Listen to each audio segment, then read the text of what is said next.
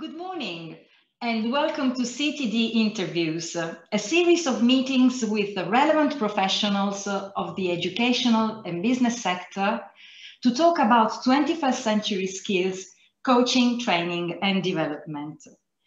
Today we are going to talk about coaching in the educational sector with our marvelous guest speaker, Loraine Kennedy. Welcome, Loraine. Hi, Palmina. Lovely to be here. Loraine, you are a qualified executive and life coach and a teacher trainer. You've been in charge of ELT teams all over the world and have carried out advisory roles for the British Council in performance management and continuing professional development. So let's start by giving an outline of what is coaching? It's a fundamental question, isn't it? Because I think there's lots of people who think they know what coaching is. And of course, there are different definitions of coaching, depending on the field that you work in or the type of training program that you might have or the way it's been described to you before. So my definition of coaching is specifically from my training and my outlook on it. And I will distinguish it between coaching versus mentoring versus teaching. Mm-hmm. And coaching for me is fundamentally, it's a relationship between two or more people. It's a partnership built on trust. This is fundamental. The relationship between the people is key. Secondly, for me, it's a set of beliefs around the potential in an individual to achieve their personal goals. It's based on empathy and trust, and it has a strong ethos of learning that is embedded in it. And then, of course, it's also a process. It's a journey that you embark on, taking a person from where they are currently, taking into account their experience and their knowledge and skills and everything to date, into a journey towards achieving their best potential in the future. And I'm often asked why or how is it different from teaching? Well, of course, there's lots of crossover.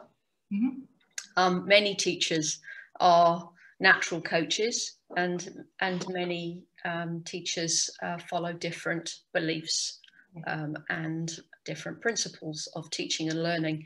I think one of the key distinctions, and this is very generalizable here, but the key distinction is that teachers are meant to be experts, are meant to advise and direct learners towards a specific set of educational or institutional goals.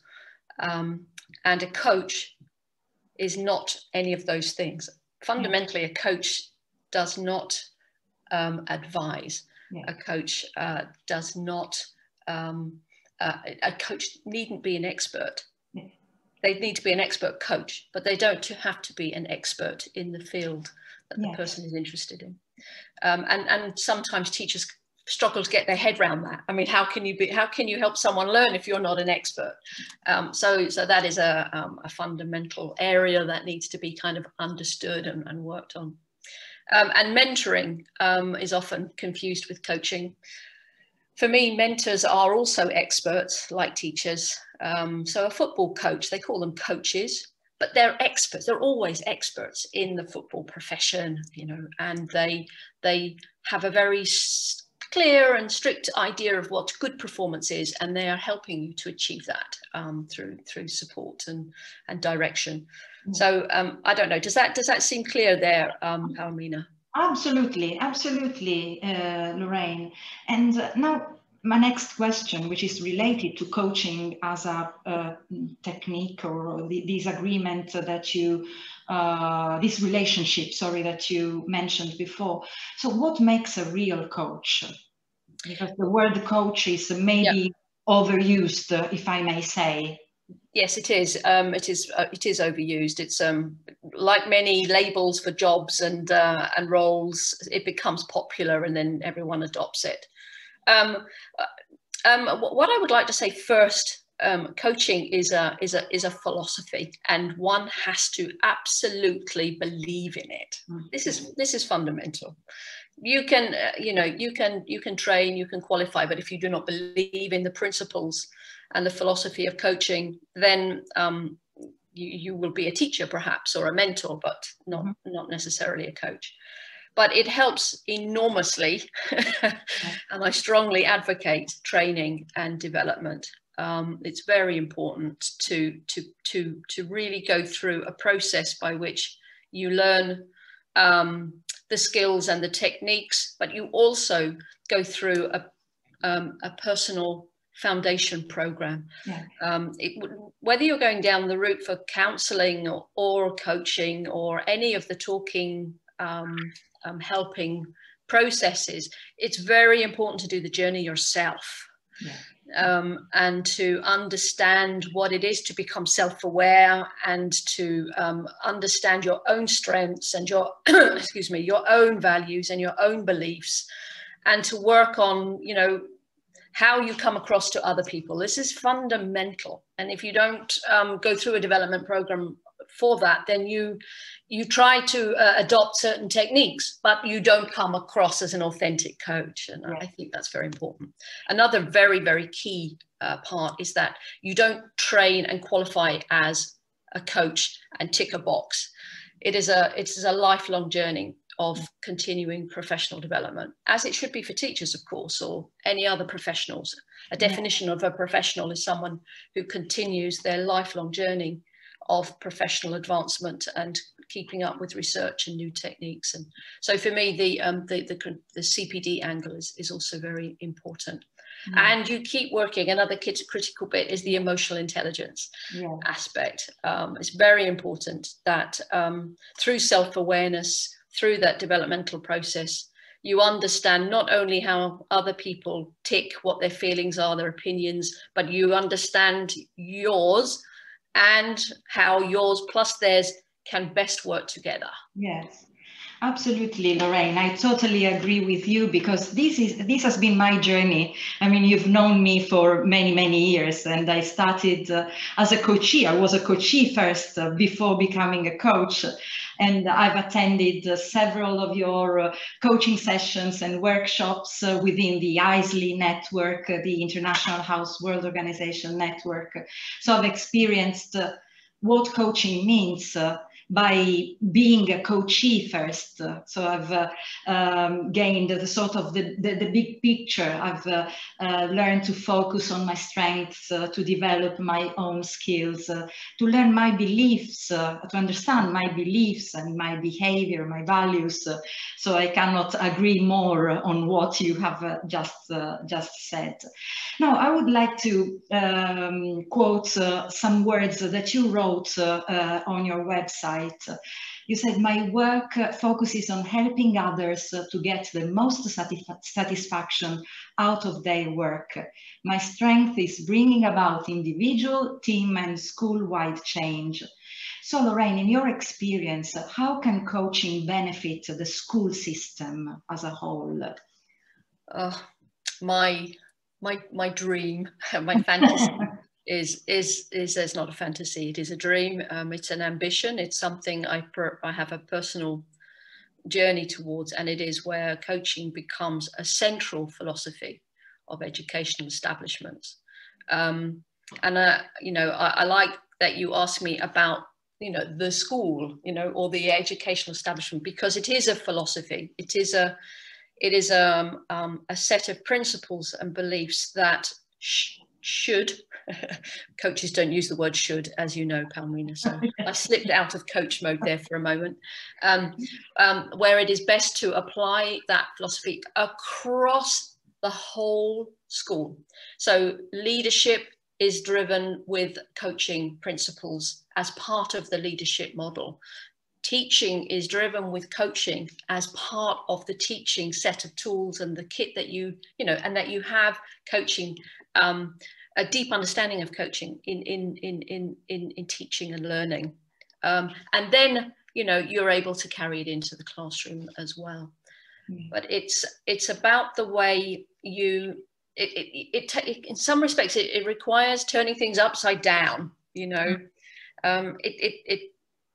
It requires changing the way education has typically been done for many, many, many years, as we said earlier on, you know, around expertise and passing on knowledge and having expectations about what an optimum performance is, and bell curves and passing exams. And the coaching philosophy says individuality, empowerment, trust, you know, the ability to make mistakes and to learn from them, to work as a team, to collaborate together. And these are principles which can permeate an entire educational establishment. Okay. So Loraine, do you agree that coaching can also be brought inside the classroom? So not just for the staff members, but also in the classroom. Do you think that coaching techniques can help the students enhance their skills, their 21st century skills, their personal skills? 100%. Okay. I can expand further. I do believe, though, it is a school-wide, you know, I've always been fascinated by, for example, continuing professional development systems for teachers have kind of followed one type of system, one type of format. And then the way teachers perform in a classroom with their students, or what they expect of their students, is different. When I think you have a coaching philosophy, you see how there's no need to distinguish between those.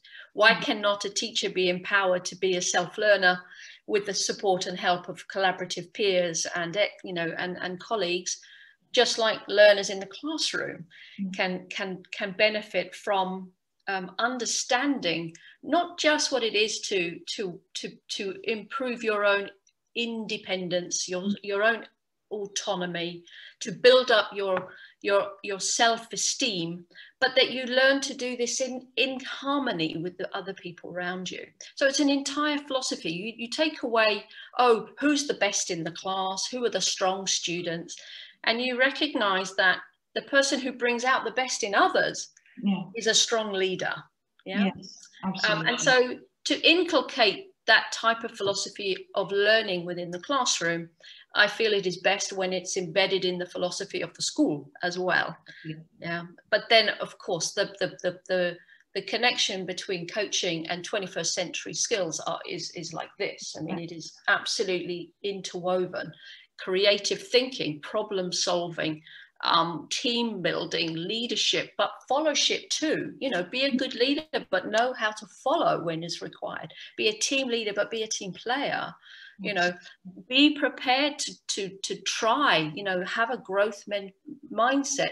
These things will bloom and blossom in the classroom when a teacher deeply believes in those beliefs of learning as a way forward. And okay, so Loraine, you said you have a dream that coaching can be part of the school system, part of the school ethos.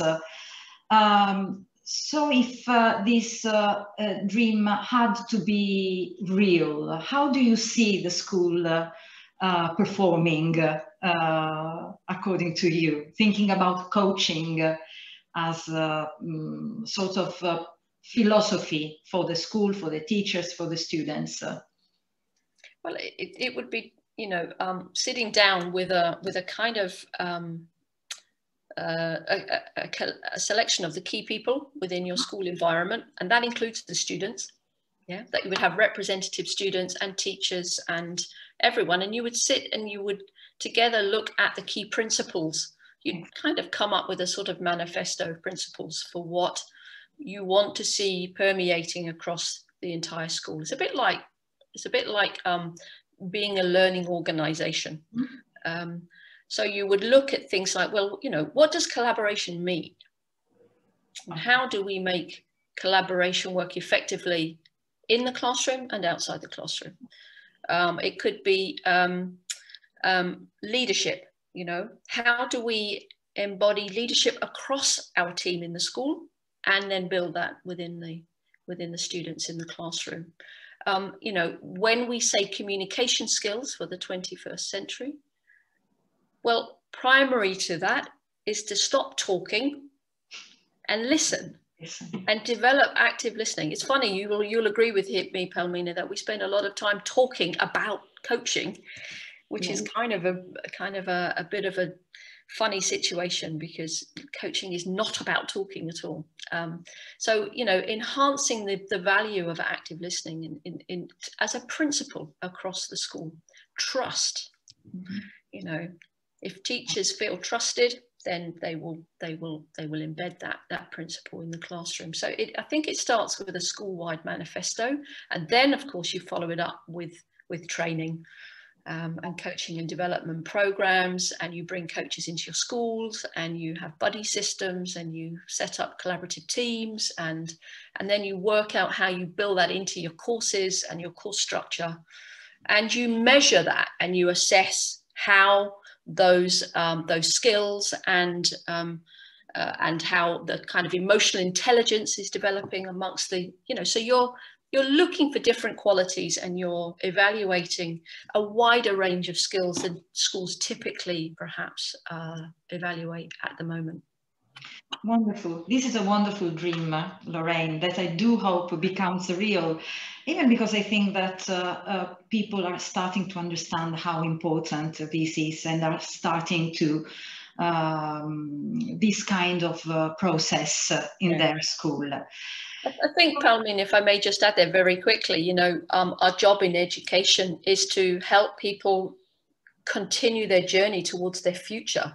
And the future is very uncertain, and it is, you know, the place of work will be very different from the, you know, we know already in our current worlds how much we are having to adapt and be flexible, and the coaching philosophy is wonderful at embedding and developing that kind of mindset that is required to help people thrive as they approach the future. Yes, thank you. Thanks, Loraine. So, Loraine, just to finish with this lovely interview, what are your plans for the future? Now, I would like to know, have you got something to share with us? Well, I'm working a lot at the moment with well-being and stress management. I'm putting quite a lot of attention on career coaching. I think that's going to be increasingly important in the future, and like yourself, I'm always keen to work on increasing coaching within school environments. And I'll let you into a little, which won't be a secret once I broadcast it now, but I'm also expanding my own professional development into counselling as well as coaching. So that's my own personal learning journey as well at the moment. So yeah. Okay. I wish you good luck with this journey. Yeah, Loraine, it's been really lovely to have you here and to talk about coaching, which is something that I love. And I'm sure that our audience will find this really very useful and interesting. I hope so. So, Loraine, thank you so much. My pleasure. Have a lovely day, and see you soon. Thanks, Loraine. Okay, thank you for inviting me.